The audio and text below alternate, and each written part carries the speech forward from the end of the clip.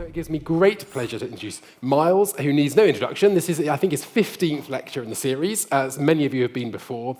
And tonight we're going to hear all about net zero in the private sector. Miles, over to you. Thank you, Robin. Well, thank you, everybody. And thank you very much, particularly those who may be coming along for the first time. Thank you all for coming. And of course, each of these lectures is self-contained, and this one perhaps even more so than most, because we really are focusing on a specific topic. And as an academic myself, as somebody sort of safely in the public sector, I am conscious that it could potentially be quite annoying for people in this room who are doing their best to address net zero in the private sector, there's plenty of academics carping on, grumbling about what they're doing. So apologies in advance if I annoy people, and I'm sure you'll come back at me with the questions. But I wanted to talk about, for a lot of people, what they hear about net zero is the first time you hear about net zero might be advertisements from private companies saying, we're a net zero company, or, we have a net zero strategy or something, and that's something that it's worth thinking about what that means, what companies mean by making those claims, what investors mean in particular in making those kind of claims, and how much they're helping. And in particular, I'm introducing a new word to the dictionary. We'll see if it catches on. But as well as greenwashing, which I think a lot of people are very familiar with, I want you to think about the phrase brown scraping. I'll just to explain where the phrase brown scraping comes from. We're all familiar with the phenomenon over Christmas. There'll be a member of your family who likes to scrape the plates onto one plate and then park it and move on, pretending they've somehow tidied the kitchen. Yeah? You know who it is, and if it's you know who you are. And so brown scraping is the corporate net zero analogy to that practice. You'll understand why as we go along. So I'm going to start talking about the granddaughter challenge for chief executives, and I'll explain to you what that means in a minute. And in particular, the Ørsted paradox. Ørsted, of course, was a very famous physicist, but in fact, I'm not talking about, I don't think Ørsted himself was responsible for any paradoxes, but I will be talking about Ørsted, the company, and the paradoxical nature of Ørsted's recent history.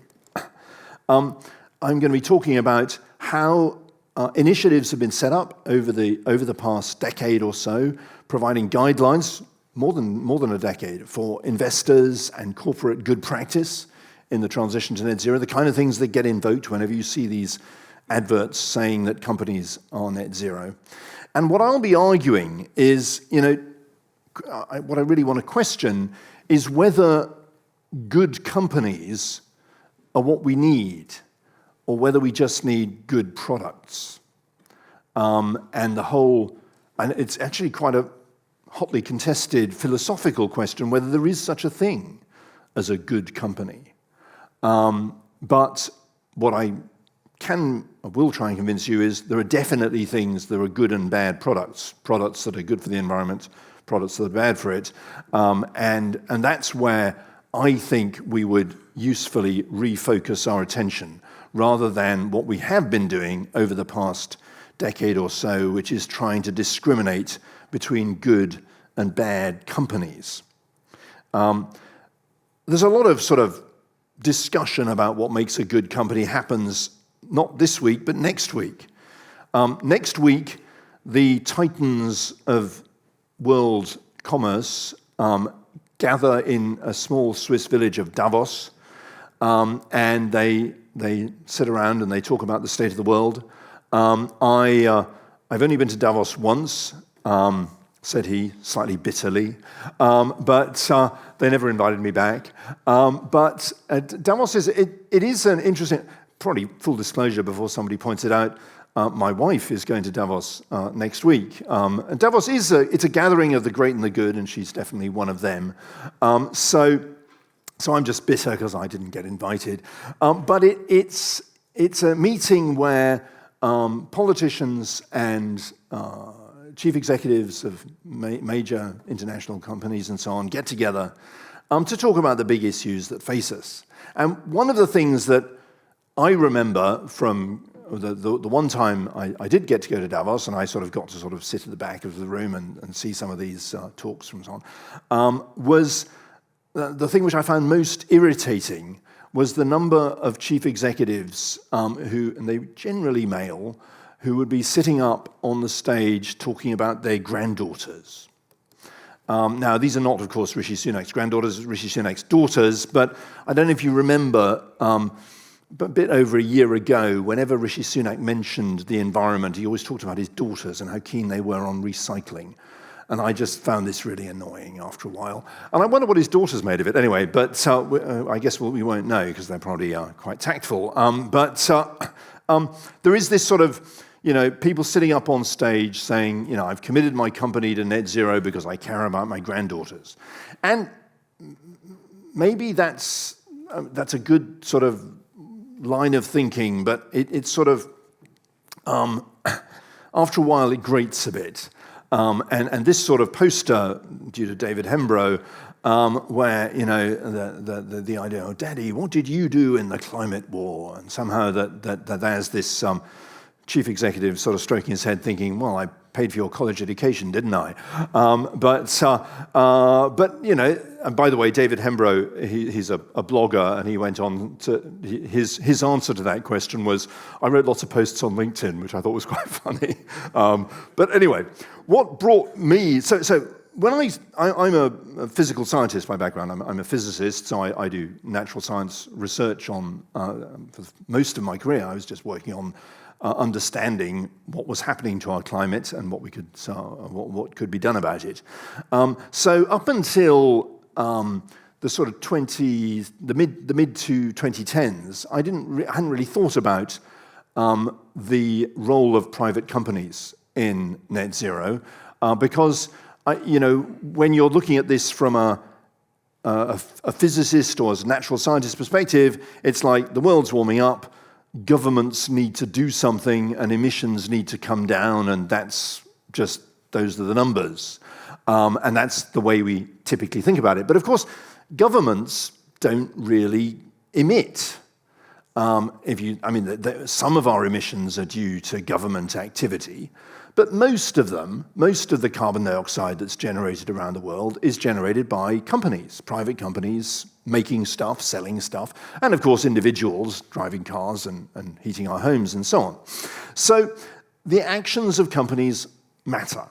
And one of the first, the first thing which drew my attention to this, or sort of forced me to think about the actions of private companies, was our own students in Oxford. This is from the most recent divestment campaign, but their first divestment campaign in 2017 or so, a group of students called the Oxford Climate Justice Campaign developed a very effective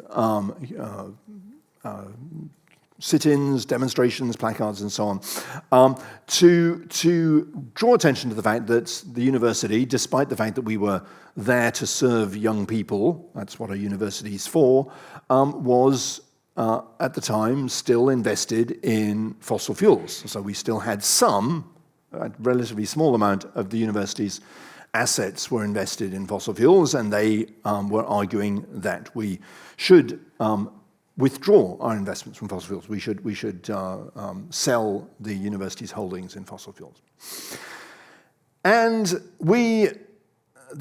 I'll come back to this argument in a minute, but this is what, so they brought me in to talk to them because they knew that I was a climate scientist, and the Oxford Climate Justice Campaign clearly thought that I would be sympathetic to them. We had some really interesting conversations, which actually convinced me, I hadn't really thought about it very much up until then, but it kind of convinced me that if you want somebody to own a fossil fuel, then a university endowment is probably about right. So we ended up not really agreeing on what the university's strategy should be.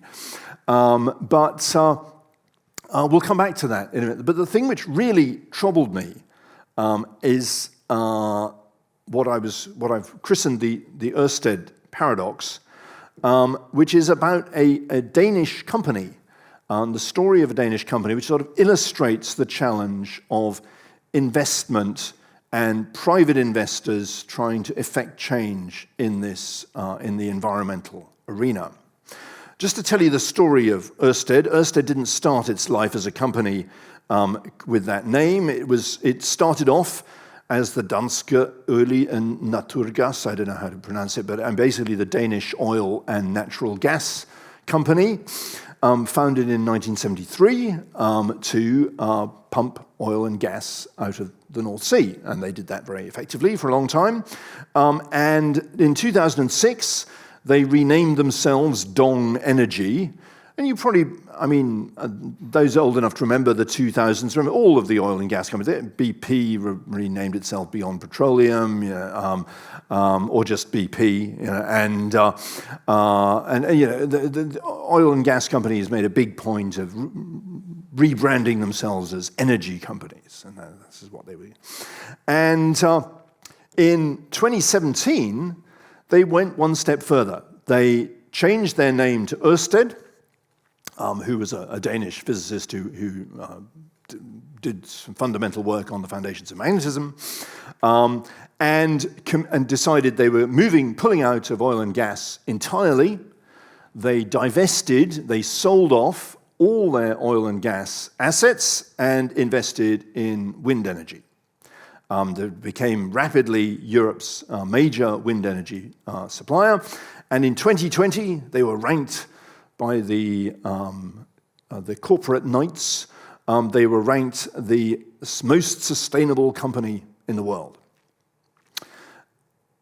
Well, we're now in 2025, and we're going to talk about what happened. But the first thing you have to ask yourself, actually, in this story, what's the sort of dog that didn't bark type question? So so Ørsted sold off all their oil and gas assets in the North Sea. What's the question you should immediately ask yourself whenever there's a transaction like that? Sounds great. They've got rid of their oil and gas assets. Yeah. So every vendor has a buyer. Every seller has a buyer. So who bought them? What happened to Dong Energy's assets?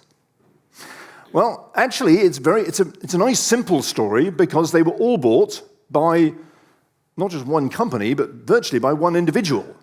They were bought by INEOS, which is a chemicals company. Up until that time, it was a chemicals company. It's an extremely successful chemicals company. It's a private company owned by, among others, Sir Jim Ratcliffe, who is one of the most successful businessmen in Britain, business people in Britain. And he bought Dong Energy's oil and gas assets for £1 billion, $1 billion back in 2017. And INEOS have been continuing to operate these assets, extract oil and gas from the North Sea, ever since. And this is what happened to Ørsted's share price. So in 2017, they made the sale, they renamed themselves Ørsted, and it all went very, very well for quite a long time. And you can see 2020, when they were named the most sustainable company in the world, it was still going very well. And then Putin invaded Ukraine, the price of gas went through the roof, and suddenly investors rather lost interest in Ørsted's shares. Now, these kind of graphs are I find a little bit misleading, because you can sort of see, whenever you see that sort of smooth exponential takeoff of a share price, it always ends up like that. You just can't quite predict when it's going to sort of do the next thing. So I don't think that it's particularly, obviously people who bought Ørsted shares when they were over 1,000 Danish kroner probably lost a lot of money. But share prices do that. That's the way the stock market works. So I don't think we should read too much into this. what perhaps is more note, I can't show you the same graph for INEOS because, of course, INEOS is privately owned, so it doesn't have a share price. It's Jim Ratcliffe's, basically. But I don't know if you were following the news relatively recently, but INEOS came pretty close to recovering the America's Cup. So, Jim Ratcliffe's not doing too badly out of his North Sea assets. And by the way, full disclosure, he's also given a very substantial and generous donation to the University of Oxford to set up our Institute for Antimicrobial Resistance, for working on the science of antimicrobial resistance. So, we've got this challenge that if you divest assets, you sell them to somebody. And so if the University of Oxford were to sell its fossil fuel assets, you'd be selling them to somebody else.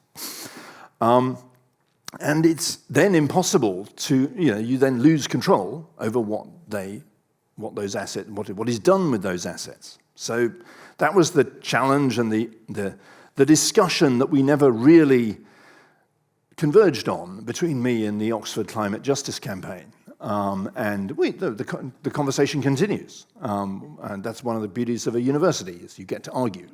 And you get to argue with everybody, including, one of the things I love about a university is that we have excellent students who are more than willing to argue with their professors. And encourage you to argue with your teachers and your professors when you go to university, because that's how both sides learn to look at things in a different way. The first thing we need to understand, and so that's the INEOS story, is why I'm just explaining why I think it's the answer to the question of divestment from fossil fuels and what universities should do and so on. That's why I think it's complicated. By the way, the Oxford Climate, if they were here, the Oxford Climate Justice Campaign would no doubt say there's another side to this as well as the practical question of trying to influence company behavior. There's a moral question of whether a university should benefit from activities that are destroying the climate. And that's actually a very entirely reasonable argument, and one that I think is actually the strongest case for selling off fossil fuel assets is the moral one, if you just don't feel that you should be benefiting from this activity. The practical arguments, the operational case for doing it, I think are much less strong.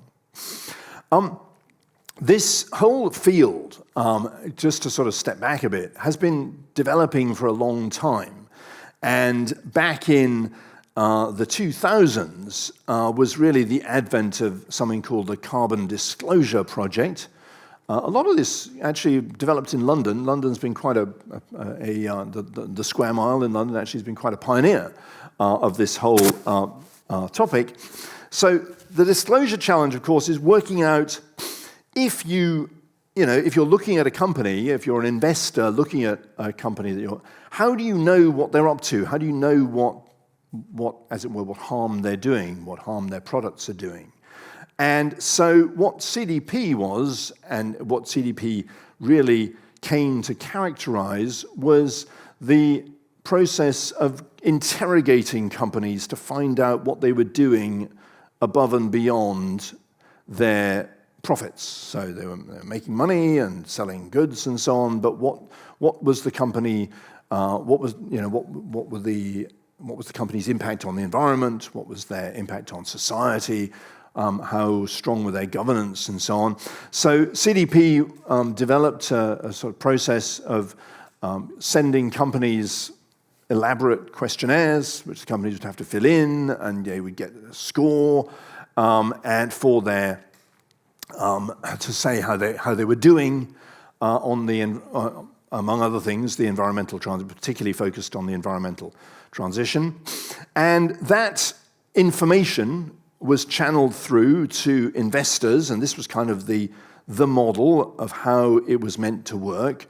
And there's lots of acronyms and institutions here and so on, so I'm unapologetically just picking a few examples to represent these groups. Lots of other groups rate companies as well as CDP. I think CDP was one of the earliest ones. And there's lots of other investor groups thinking about the climate challenge. But again, one of the longest standing is the Institutional Investors on Global Climate Change, Institutional Investor Group on Climate Change. And this is their goal is to get investors to channel money towards helping the transition towards a greener future, towards net zero. And when they were founded, the model was, and I found this juxtaposition of comments on their website recently, which I think puts the challenge rather well. So I'm just going to quote it. So I think they're sort of historically their goal was reducing financed emissions. And what they mean by that was that they were aiming to get their members to reduce the amount of money that was invested in companies that were generating CO2, or reduce the amount of CO2 that was being generated in companies owned by these investors. And the idea was to try, but the problem with that, of course, is that if that's what you tell your investors to do, you end up with the Ørsted case. People just back away and sell fossil fuel companies, sell companies that are generating carbon dioxide, and they end up in other people's hands who are not members of the IGCC, and therefore, sort of almost by definition, are not tracking or not as enthusiastic as the members of IGCC on reducing the emissions. So. I think it's generally agreed that just doing that doesn't work. The philosophy, just to be fair to our forebears, so to speak, back in the 2000s, the philosophy was that if enough investors declined to finance a particular sector, it would become more expensive for that sector to raise money.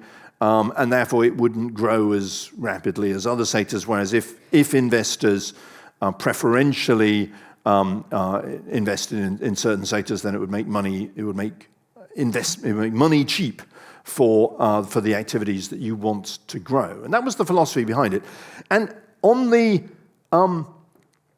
positive side, I think there is some evidence that it did work in the sense that.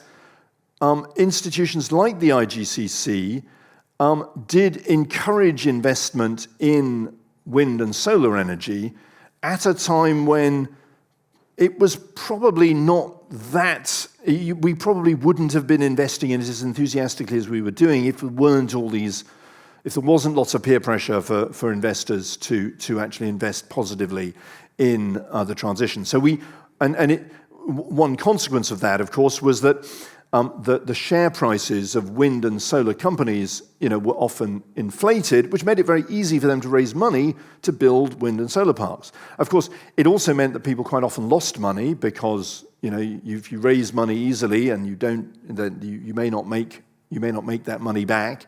But it did get a lot of renewable energy infrastructure built.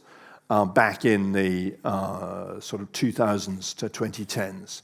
So in a sense, on the positive side, it probably was quite successful, but on the negative side, in terms of, putting the brakes on the fossil fuel industry, I'm not sure how much evidence there is that all of these initiatives really made much difference at all, because whenever you wanted to sell a fossil fuel asset, there was always somebody around to say, yeah, it's all right, I'll take that off you.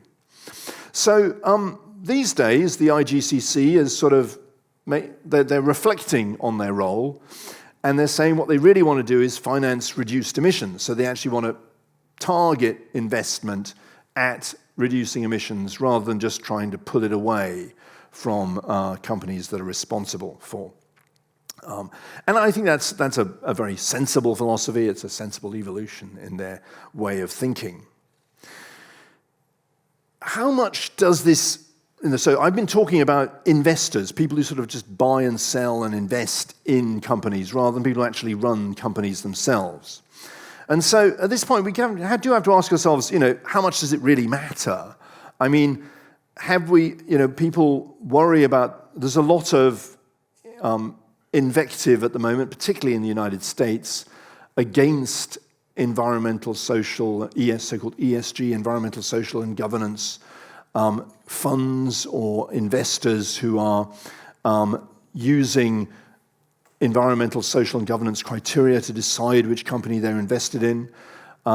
Larry Fink of BlackRock gets routinely flamed. I'm sure if he's going to Davos, I'm sure he'll have people shouting at him. Maybe he's going to the inauguration, in which case he's certainly going to get shouted at. I don't know. Anyway, poor chap. But BlackRock have made a point. They're one of the biggest investors in the world. They have made a point of trying to apply some criteria for the environmental, social, and governance criteria to the companies they invest in, as have many others. I mean, so here you can see between 2020 and 2022, there was a massive growth in the amount of money invested in the world that was explicitly saying we're only going to invest in companies that satisfy some standard of environmental, social, and government ESG standard. But does it really matter is the question. So, by the way, first question is, you'll see that it's gone up, but now it's sort of plateaued out. And if anything, it's quite difficult to get hold of up-to-date data like this, because I think it all gets quite valuable when it gets up-to-date. So sorry about the fact that this graph runs out in 2023, but from looking around online, I think the trend in 24 is definitely has carried on downwards. So people are no longer as enthusiastic as they were at investing in ESG funds, but we have to ask ourselves: does it really matter what investors are doing? Because here's two lines that as a climate scientist, I'd look at these two lines and say, well, they're basically the same, because in my world, a little difference like that is neither here nor there, and this is basically the difference between a stock market index, so an average value of a whole bunch of companies, for all companies in blue, and for companies that have good environmental standards and are trying to reduce their emissions and are satisfying social and governance criteria as well in yellow. And you can see the main message of the people writing this article was, look, the ones in yellow have done better than the ones in blue. But the main message to me is they're kind of the same. And which does make you ask, well, okay, one response to that is, okay, so it doesn't matter whether you're investing in, whether you're applying these ESG criteria to your investments or not. But another question you have to ask is, how confident can we be that actually applying these criteria has really made any real difference to the actual sort of portfolio of activities that you've done? I mean, to be fair, of course, because you've got to be careful here. I mean, this index, it does exclude certain things like, cluster bombs and thermal coal and that sort of thing. But by and large, there's not that many companies in that category anyway. So it doesn't really change the overall look.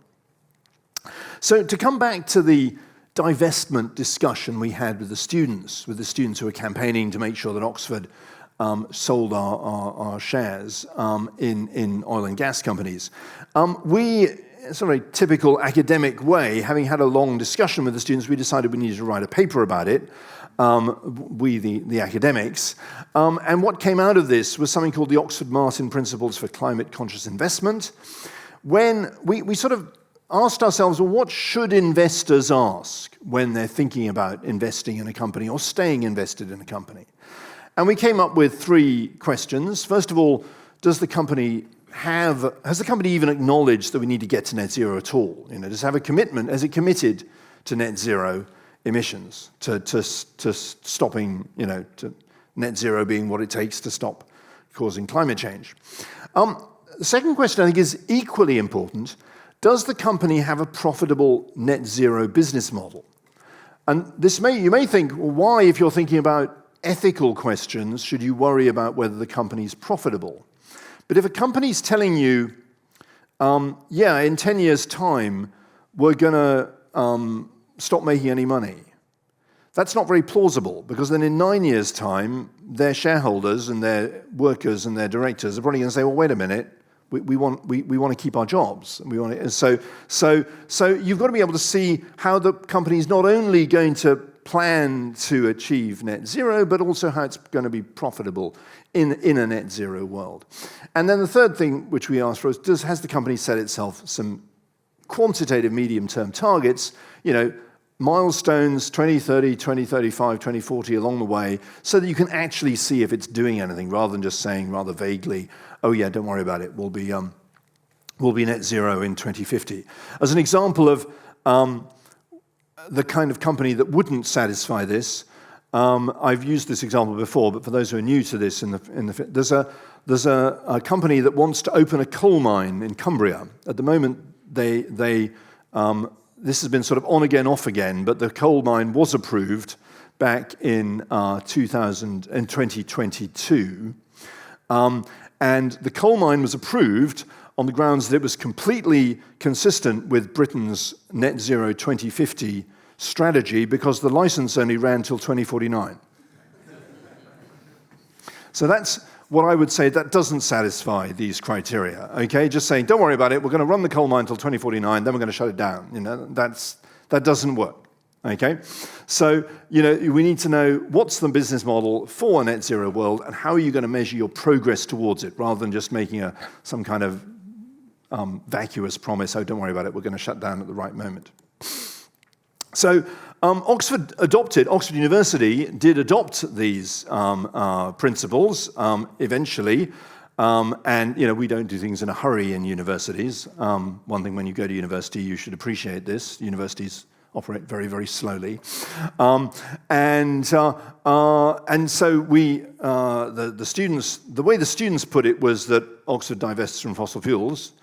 If I'm pedantic, I would say that's strictly not what Oxford decided to do. We actually just decided to adopt these principles, but at the time, that meant divesting from fossil fuels, because there were no fossil fuel companies which you could answer yes to all of these questions.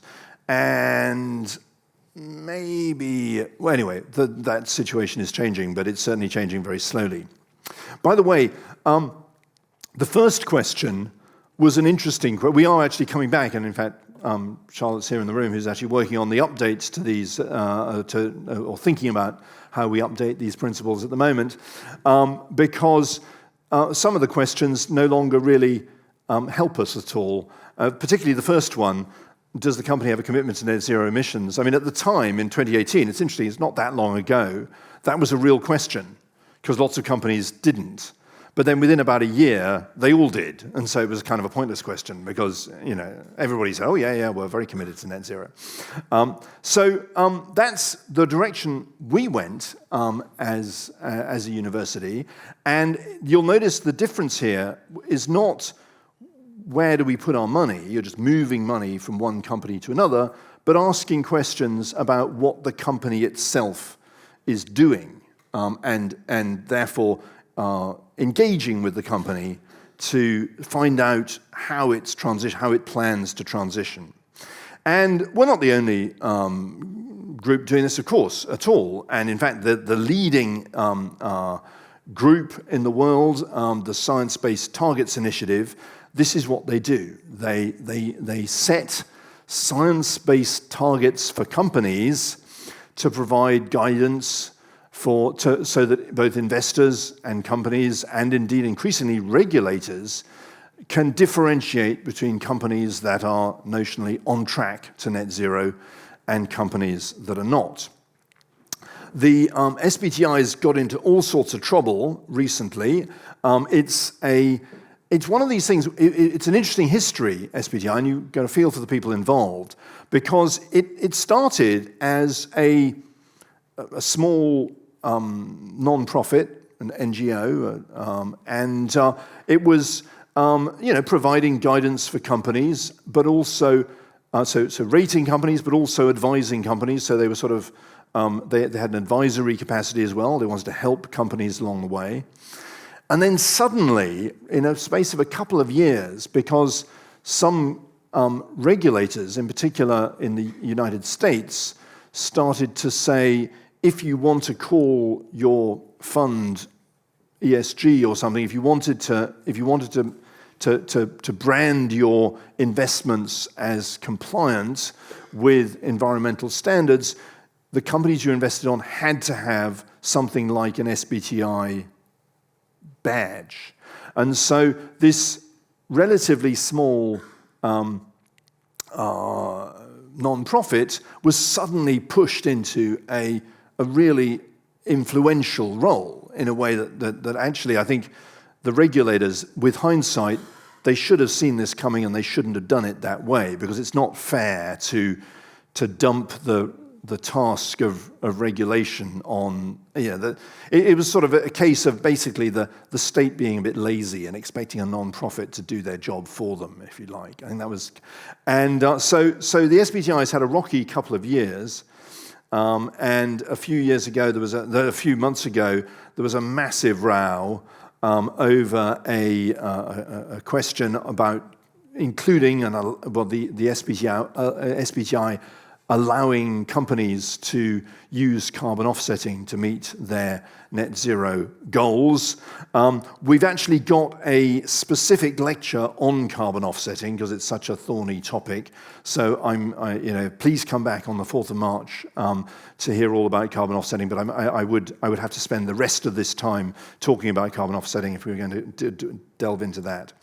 But what the SBTi does is they set a goal for a company, and they say, look, if you're going to credibly say you're going to be at net zero by 2050, you need to have reduced the amount of emissions generated by what you do by this and such amount by 2030 and so on.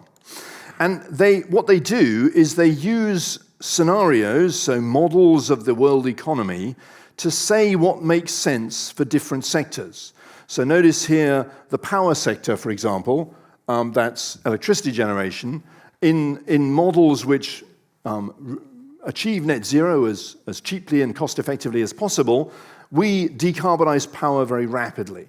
So that's why, for example, here in the UK, there's a big push at the moment to get our electricity system off fossil as fast as possible. That's really our government's main priority at the moment for net zero. And then other sectors are expected, for good reason, to go slower because it's harder for them to do it. So, for example, the dark blue line you see on the outside there, that's cement, the cement sector. It's very difficult to decarbonize cement. It's very expensive because the process of producing cement generates carbon dioxide. So that's expected to take longer to get there. The difficulty is, and so these are sort of basic principles, which I think everybody can kind of agree on. But the difficulty, of course, is when you translate these, as the SBTi has to do, into numbers. Because the whole point about business, the whole way in which business is meant to work, is people have different views about what things are worth and what's going to happen in the future. And if you tell everybody that, no, we're all going to use this many, disposable razors in a given month, and we will all use the same type and so on, then you don't really have any competition between companies, and business doesn't really work anymore. So the whole idea of the way our system is intended to work is that people can have different views about the future, and then they compete with each other, and somebody's right and somebody's wrong, and the one who's right makes more money. That's the whole idea. But when you've got a sort of group building scenarios and feeding them through the Science Based Targets Initiative to a standard setter saying that all companies have to do this, then suddenly you're removing that ability of companies to compete with each other. And, this particular gentleman would say, this is, anybody recognize who this is? Sorry, it's a slightly fuzzy photograph.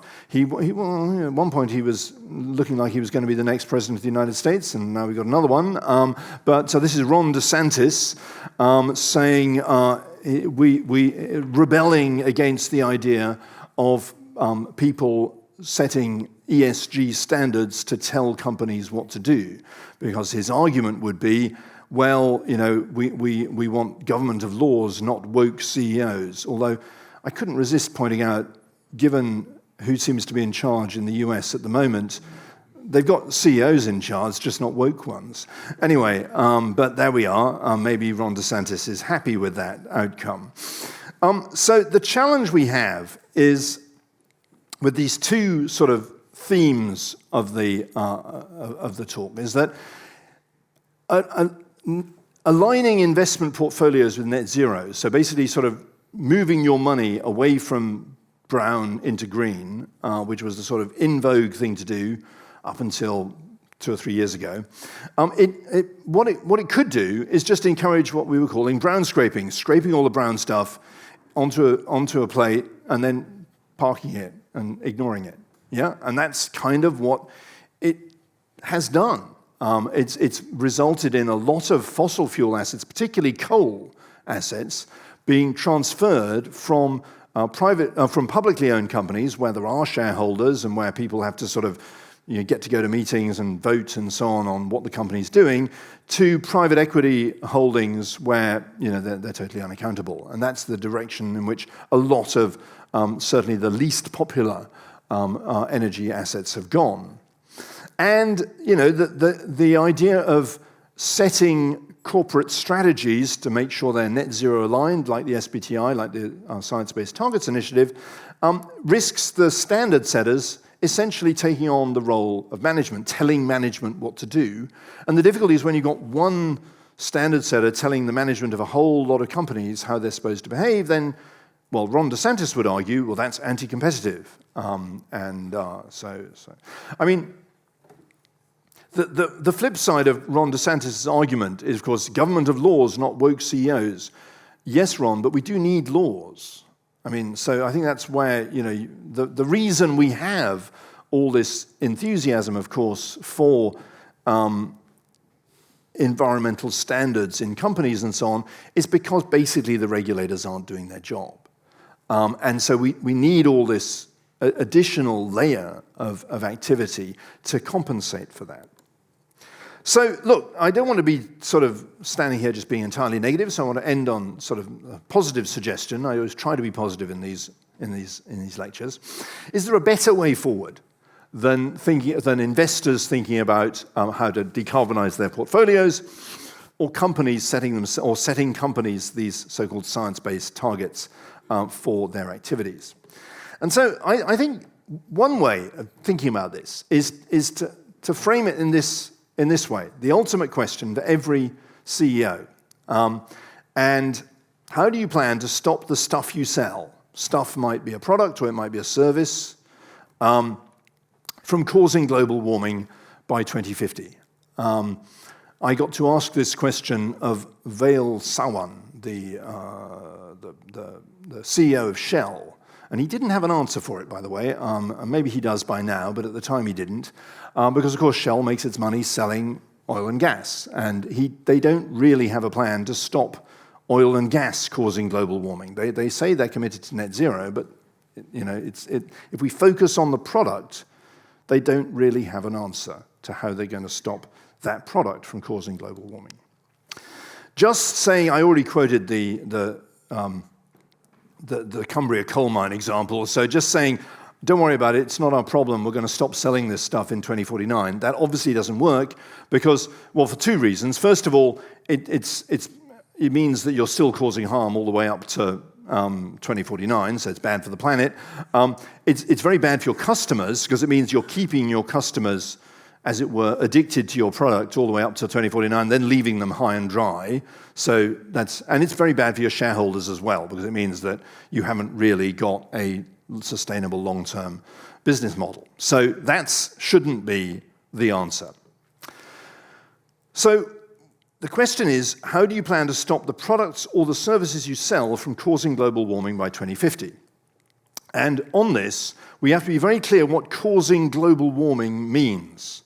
It has to include both direct and indirect influences of these products. And by the way, at this point, I'm kind of thinking aloud here, because I think my thinking in this is still evolving, and so I'm interested in people's thoughts on this.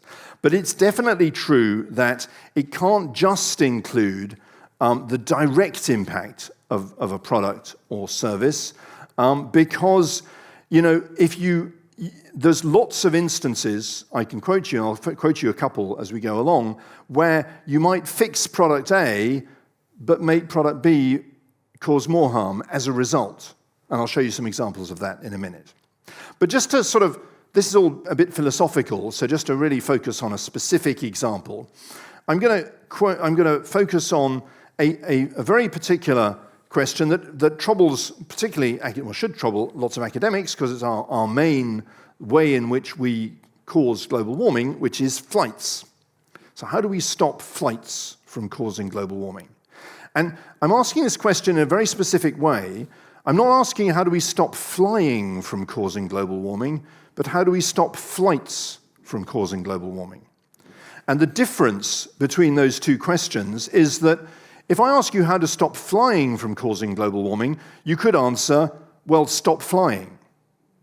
So a company could answer that question by saying, yeah, we're an airline right now, but we're going to become a shipping company. Okay? That's not an answer, because it just means they're just passing the problem on to somebody else. So we have to ask the question specifically about how do we stop flights from causing global warming, the flights themselves.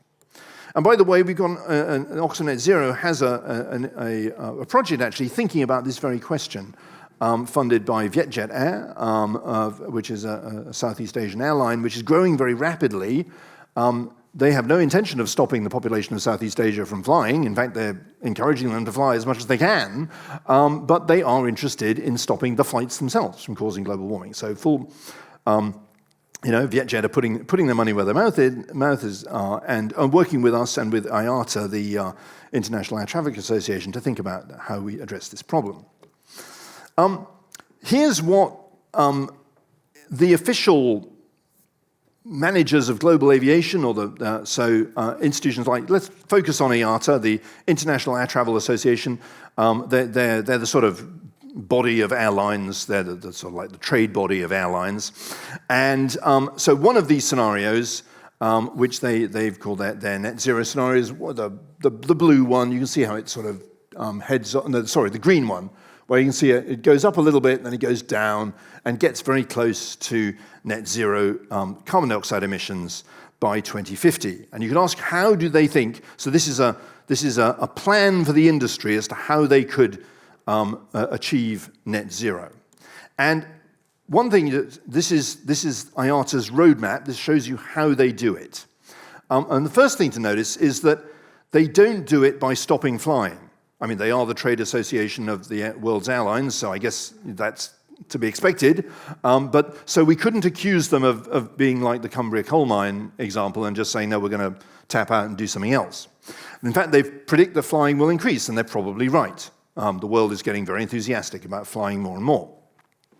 What they suggest is we're going to do several things which make a small contribution. They're going to run planes more efficiently, they're going to improve operations, and there might be some contribution from electric aircraft, but you can see from this, there's the electric one, there's the technology and operations one. They're quite small bars. These are the big ones are these two, which are both SAF, sustainable aviation fuel. Okay, so now replacing the fuel, the kerosene, which goes into the planes, with fuels that don't cause global warming. And finally, this one, carbon removal / offsets. And so we're going to talk about the carbon removal side of that now. So these are the big contributors: biofuel SAF, power to liquid SAF, and carbon removal offsets. So what are these? What are these different? So this is actually the main. When you see adverts, if you're going through Heathrow, about how certain companies are solving the climate problem, they're probably talking about this, making aviation fuel from used cooking oil. It's a huge industry. Here's an example of some cooking oil, which was going to get reprocessed into aviation fuel. And of course, because it's come from plants originally, that doesn't result in the release of fossil carbon dioxide into the atmosphere. The challenge, however, most of this cooking oil comes from Southeast Asia, and in Southeast Asia, quite often, used cooking oil is now more valuable than virgin cooking oil. Why? Because you can sell used cooking oil to make aviation fuel. And you can see immediately who's really sustainable here. Yeah, because basically you're encouraging people to use as much cooking oil as possible in order to be able to sell it to make aviation fuel. So this is where that sort of indirect effect test comes into play. Is the airline that's using sustainable aviation fuel only able to claim that they're sustainable because they're making the palm oil business that's generating the cooking oil unsustainable? So it's that's an indirect effect that you need to worry about. The other way in which we're planning to make flights sustainable are by making the sustainable aviation fuel directly from the air. So this is a facility in Zurich, an experimental facility, where they're actually capturing carbon dioxide from the atmosphere, capturing water from the atmosphere, and using sunlight to synthesize fuel to fly a plane, which sounds, it sounds fantastic. And we have other, OxCCU, spin out from Oxford University, is doing the same thing. More accurately, they're making fuel from carbon dioxide and hydrogen. Again, this all sounds wonderful, but actually the biggest generator of fuels from carbon dioxide and hydrogen is TotalEnergies, in Europe at least, in their Gonfreville refinery. And if you look at that, you think, well, that doesn't look nearly as glamorous and smart as those other facilities. So what's going on here? Well, what's not to love about making fuel from sunlight and air? Well, the first thing not to love about is it costs a lot. I mean, it's incredibly expensive to do this because actually taking carbon dioxide back out of the atmosphere is very expensive. It requires a lot of energy to do it. So actually, in Europe at the moment, most carbon dioxide to fuel synthetic aviation fuel instead of using carbon dioxide from the atmosphere, it uses waste carbon dioxide coming out of a refinery. Okay, so that makes sense. I mean, it does, of course. It's much more cost effective. It uses much less energy. You're generating this carbon dioxide anyway, so why not capture it, turn it into a fuel? But of course, it still doesn't pass our indirect impact test, because in that situation, the fuel is sustainable only because all of the other products coming out of the refinery are totally unsustainable. So we've got to think about, we've got to address it. I want to crack on to leave a few minutes for questions. So I'll sort of look forward to the offsetting lecture to talk about the idea of taking the CO2 back out of the atmosphere. But I mean, one of the things a lot of people in Wales are very concerned about is moves to plant lots and lots of trees all over Wales to mop up the CO2 from flying. This is already happening in countries like Liberia, where the carbon there is under offer. But there are ways in which you can capture CO2 out of the atmosphere and put it back underground, such as the Climeworks direct air capture facility, where you really are capturing CO2 out of the atmosphere and putting it back into the Earth's surface. So the challenge we have for disposing of carbon dioxide, so this is the alternative to making fuel from air, is you burn fuel anyway, but then recapture the carbon dioxide from the air and put it back underground. The challenge there is that if it's a biological approach, like planting trees all over Snowdonia or using the forests of Liberia, then you're occupying land that would otherwise perhaps be producing food or be needed to mop up carbon anyway. And so again, you don't pass the indirect impact test. There is one question a lot of people do ask is, well, wait a minute, if you're putting CO2 underground, you're filling up the rocks with CO2, so you still can't pass the indirect impact test. And we'll come back to this in later lectures, but I would argue that experience suggests that actually the best way to increase resources underground is to use them, which is a bit weird. But every time we've increased our amount of oil we use, we find more. And I think the same works in the other direction for getting rid of CO2. But that's, I do want to leave time for questions, so I'm going to leave you that one as just something to mull over. Why is it that whenever we use more oil, we seem to increase the amount of oil available underground? So just to sum up, we've talked about how investment standards create this phenomenon I'd like to call brown scraping all the nasty stuff onto a plate and parking it, rather than actually fixing it. Science-based targets are fine in principle, but they do run this risk. They are open to this accusation that they're discouraging competition, that they're not really consistent with the idea of just allowing companies to form views about the future themselves and then letting them compete with each other. So the way forward, I think, for net zero in the private sector is to think much more to focus our attention much more on the products and services themselves. And finally, we're going to come back to this in the final lectures of this series. All of these voluntary standards and NGOs saying this is a good product, this is a bad product, and so on, it's not going to ultimately cut the mustard. At the end of the day, governments have to step up and regulate and say, no, this is causing harm, don't do it. This is okay and you're allowed to do that. So in the end, ultimately, a lot of these paradoxes we've seen in the way the private sector has been engaging with the net zero challenge have arisen. And just to be clear, I don't want to blame the bankers and the consultants and so on who are doing this. They've been forced into doing a lot of things that ultimately I think governments really should have been doing if they'd been up to the job in the first place. Anyway, that's some thoughts for you, and I'm hoping there'll be some questions. Thank you.